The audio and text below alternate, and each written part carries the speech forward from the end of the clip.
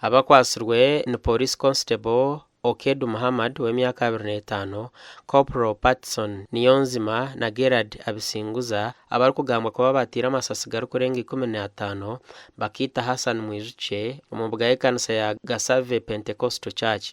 Ekikorwa eki kikaba harugudo nyigendwa kuruga Kisoro kuzabunagana omukyaro kya Gasave omugomborora ya Nyakinama. We are still investigating. But is it true he was from outside Kisoro district, the one who shot? Yeah, he's a police officer from Ntongamo.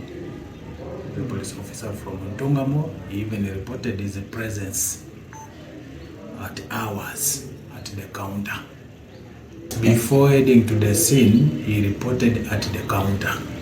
He reported his presence that is in the district on operation. Obwiso obu nabugambwa kuba bwabirehe 12 kwa kashatu 2026. Tell you is that I'm confirming the arrest of one of our own who is allegedly involved in the shooting. He is in custody to help us in our investigations.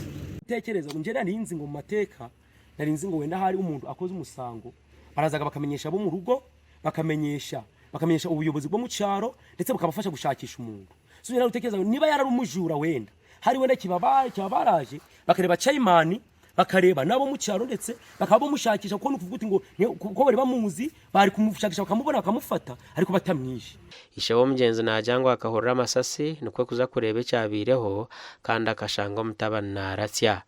Yarasomye asomera n'umufumbira agera mu cya gatatu avuye ino agarukanya bushozo twabaga arasoma agera mu cyamushanju kwagira mu cyamushanju yazo mu bisikare bwa security yabukora yaburugamoje kwerebire sente zitakwijage yazo mu bwa boda yatandika ubwa boda piki akavuga piki z'abantu nkabana atine musango gwarakozire umuryezo piki kwitanya mwabazo obwabo bije bo ntakumanya bakije bakamwita baraje ngiye ngo waje ryari ngo naje urwamukaga ngo ndi gusubirayo ati ndavuze ati ntanagenda koze iki ntaje kukwakura turagana byose ne Hasani mugwameze tabari data ariyo ngingara yarakomeye ngenge ubwo ni hageze igihe ngo Jofiya ngo ndagiye naje gusubira gaje ndi gukora iki ndi gusubira kwaza nakoraga naje ni piki ubwo yageze igihe umwanda maye kaza atsimbe piki akora iki agarukina icagiye kuntangaza kikamara hamani habaye ejo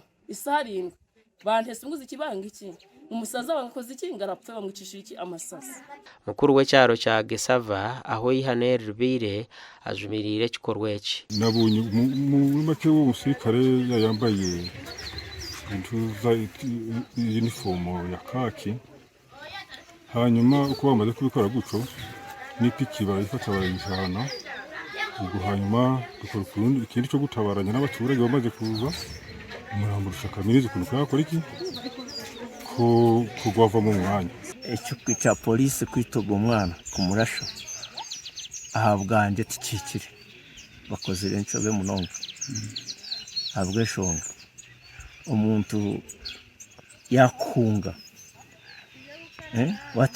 watarabasa kumukwata tashimire kwita so polisi cyo yakoze tikikire ntati cyo mu mateka gasha kwa Keita tuzarirwe.